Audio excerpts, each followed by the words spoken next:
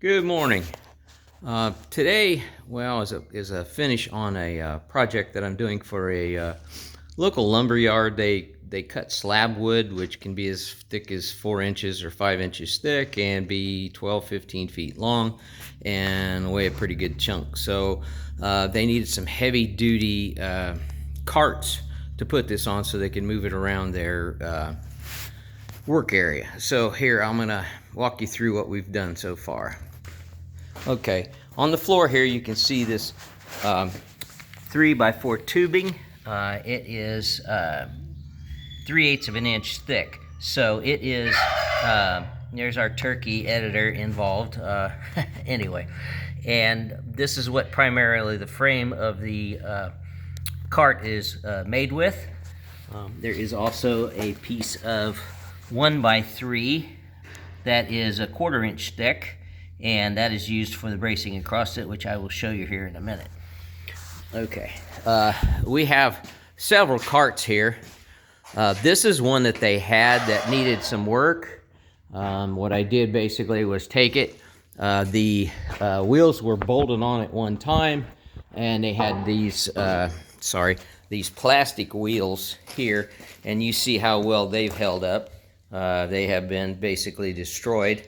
In fact, one of them is broken right down to the axle support, so didn't work out so well. So what I did is I ordered the same size wheels, but in cast steel, and they are also 8 by 2 3/4, so should do quite well. They have a 3/4 inch axle in them. And the bolts that used to hold these on, there is where the holes are at, but here's the bolts that are actually in. The bolts and the threads that held them in place into those plates rusted, and the bolts came out and then the wheel fell off. So what we've done here is we've welded that plate to the main frame, and what I also did is back welded, if you can see at the bar there, I back welded an external support at a small angle to help brace the wheel extensions or the axle supports. I did it on both sides. The problem they had before also was that when they come in from the side, they use a bulldozer with forks on it to move these things. So if they don't slow down when they go to pick them up, sometimes they bump them, and when they do, the sideway pressure bends the wheel support and moves it off center, then it just gradually keeps going. So the idea was to give them a little more of a wheel support to back them up. 4 new wheels, job's completed on this one.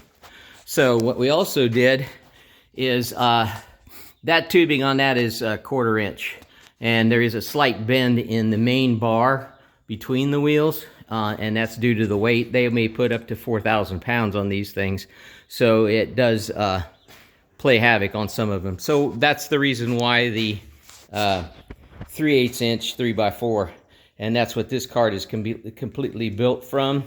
And I used the 1x3 brace across the center of it. Basically, it is the same cart that is leaned against the wall, but the cart is made from a heavier material. That's also the dogs working in the background, and they like to get in on the videos. They hear me talking. So what I did there is welded the frame together, and a lot of people here, I'm going to divert from this just for a second.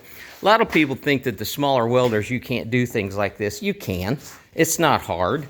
Here is what I use. A lot of people will say, well, that's too small. Well, it's not too small. It's a 140 HD Lincoln Electric welder. It's what they call, a lot of the professionals call it a squirt gun. So basically what it is, it's spooled wire that comes out. It's a flux core. I don't use the MIG, I use the flux core.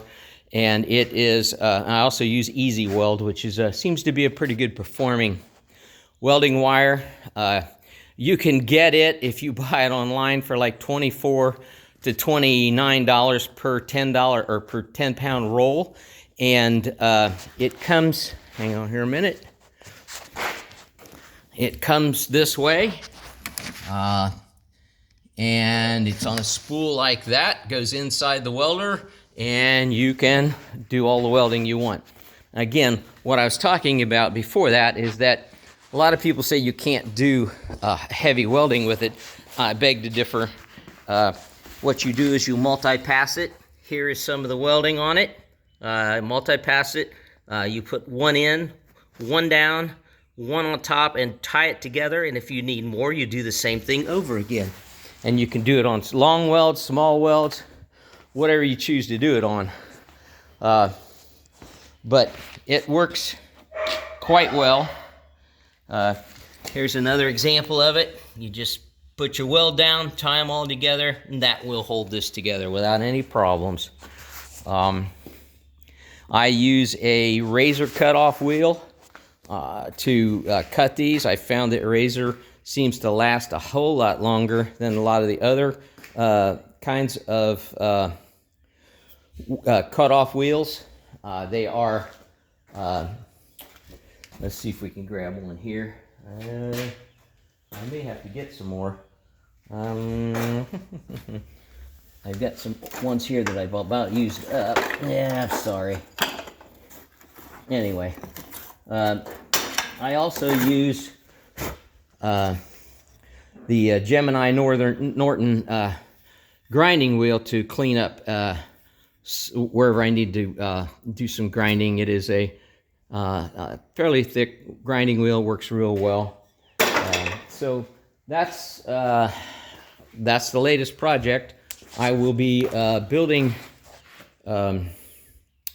a dozer rake here pretty soon for an individual, and also getting ready to do doors for a horse stall. And here's another one that's going to be a bit of a challenge. This is the one I'll probably be doing it with the forge. If you'll notice, it's rather bent and the weld is broken.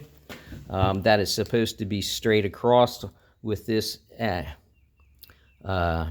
plate. It is actually a main turning section of a buggy wagon that got damaged. So what I will do is I will take it and put it in the forge, heat this part of it up, and attempt to straighten it. If you also notice, it seems to be a little bit on the bent side, so I'll have to keep an eye on that to make sure that it comes out straight rather than bent.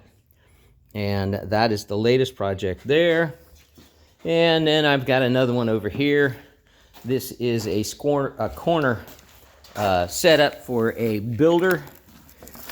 As you can see it has some damaged parts in it where it needs some things fixed in it.